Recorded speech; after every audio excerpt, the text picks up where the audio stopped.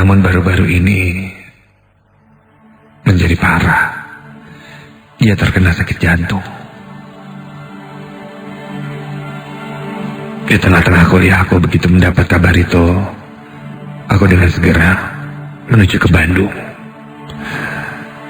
Ya, mungkin kamu tahu sendiri, Jakarta ke Bandung, kondisi jalanannya sedang macet-macetnya. Belum lagi ada perbaikan jalan dan segala macamnya. Jadi aku memutuskan tidak lewat tol, tapi menggunakan kereta api. Dan lagi pula, stasiun Bandung ke rumah sakit tempat omku dirawat tidak begitu jauh.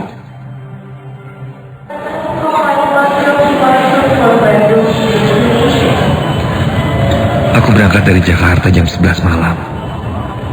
Perkiraan akan sampai di Bandung jam 1 dini hari.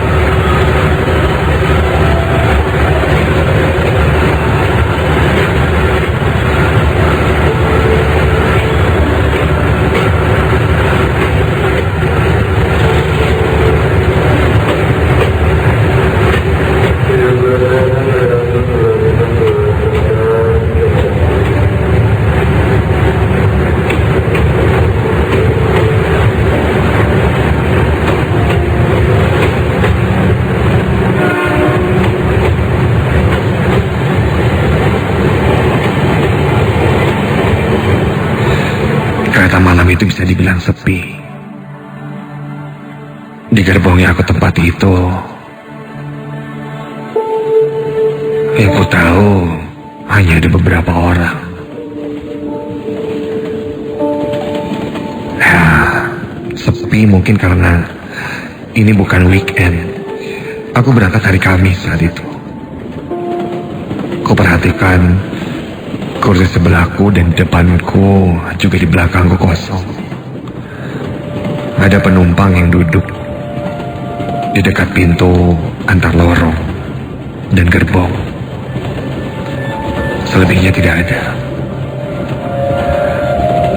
Aku duduk dekat jendela, mengambil posisi yang enak agar aku bisa tertidur.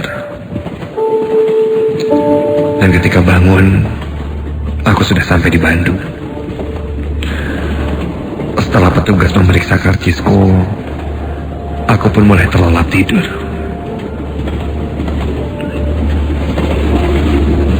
Sampai tiba-tiba saja aku terbangun karena aku mendengar suara yang sangat gaduh saat itu. Aduh. Ketika aku bangun, kulihat kereta ini menurunkan kecepatannya. Kini kereta berjalan sangat pelan. Kupikir sudah sampai. Ketika kulihat keluar, itu bukan stasiun. Entahlah di mana. Yang jelas sangat gelap sekali. Kulihat jam tanganku menunjukkan tepat jam 12 malam. Cahaya gerbong yang tadinya terang ini pun kini meredup, cenderung gelap.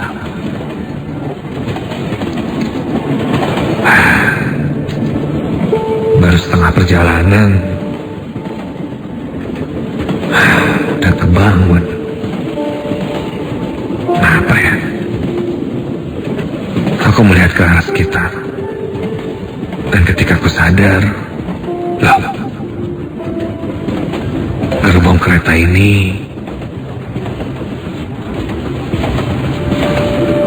kini terisi penumpang yang cukup banyak. dari sebelumnya. Ya, sebagian kursinya sudah terisi. Kapan naiknya ya? Dan di mana? Mungkin tadi sempat berhenti dulu kali ya. Ya, di stasiun yang lain mungkin. Ambil penumpang. Begitu pikirku. Kuperhatikan penumpang yang duduk di depanku itu terlihat diam dan duduknya tegak. Hampir semua seperti itu. Mungkin mereka tertidur. Suasana sangat hening, meskipun banyak penumpang. Sebenarnya pemandangannya sudah biasa jika kita naik kereta malam. Sampai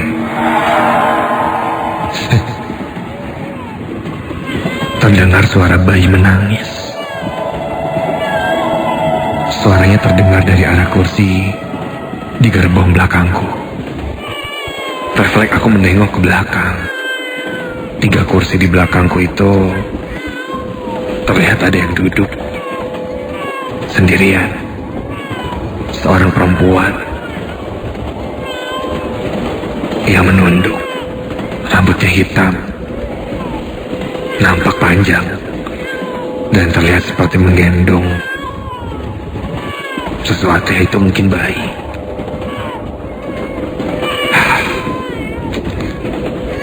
Udah kayak gini tuh paling bete. Tengah malam, suara bayi nangis. Yang kayak gini nih, berisiknya tuh bisa bikin gak bisa tidur lagi. Begitu gerutuku. Aku pun mengeluarkan handphone dan... apaan sih? Makanya gak ada sinyal segala lagi. Dan... suara bayi ganggu banget ya. Entah kenapa saat itu aku sangat kesal sekali. Mulai dari kecapean, mengantuk tapi tidak bisa tidur, ditambah suara bayi yang berisik. Aku pun menengok ke belakang, mengangkat sedikit badanku, dan menoleh ke arah perempuan itu.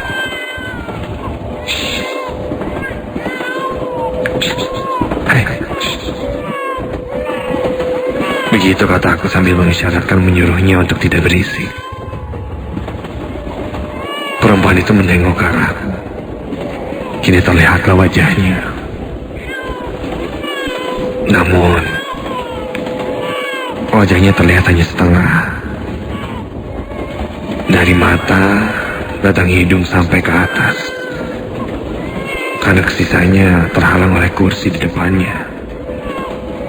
Dia menatapku. Maaf mbak, saya mau istirahat. Bisa disuruh diam gak bayinya?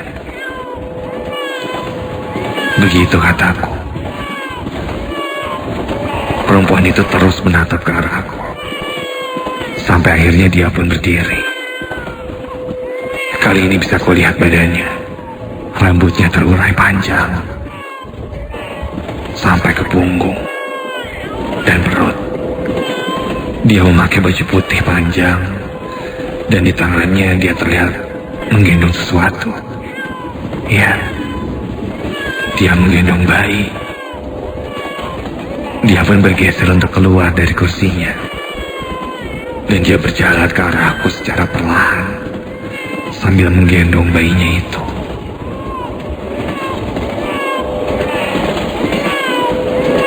Aku menatapnya. Perempuan itu terus menatapku. Tatapannya terlihat marah. Dia berjalan sambil terus menatap ke arahku. Hingga langkahnya berhenti tepat di samping kursiku itu. Dia berhenti dan memutar badannya menoleh ke arahku. Dia mengangkat tangannya dan menyodorkan bayinya padaku.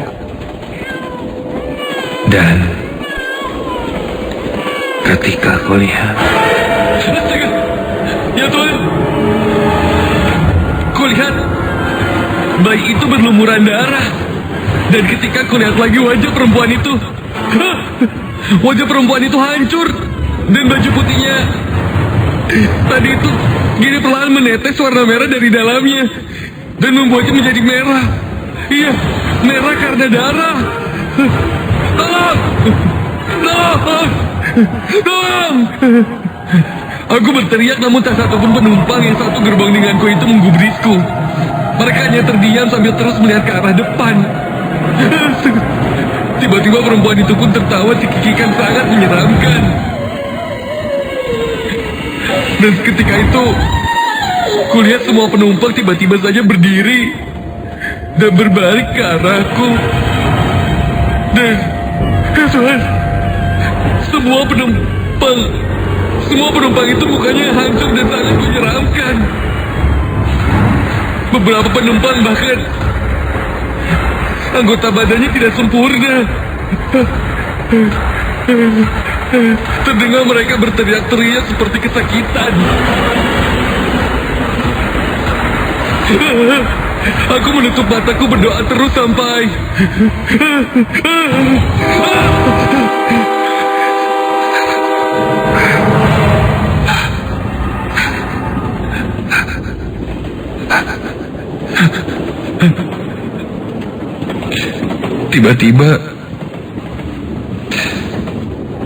Tiba-tiba suara itu pun hilang.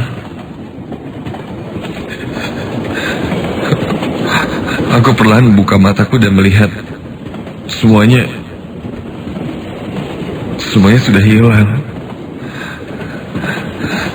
Dan gerbong pun kosong seperti sebelumnya. Apa itu tadi? Apa tadi itu cuma mimpi? Keringat dinganku bercucuran. Jika itu mimpi, semua terasa sangat nyata.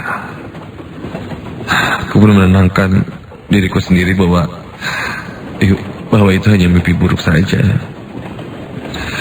Ketika aku lihat jam tanganku, waktu sudah menunjukkan jam 12:30 pagi.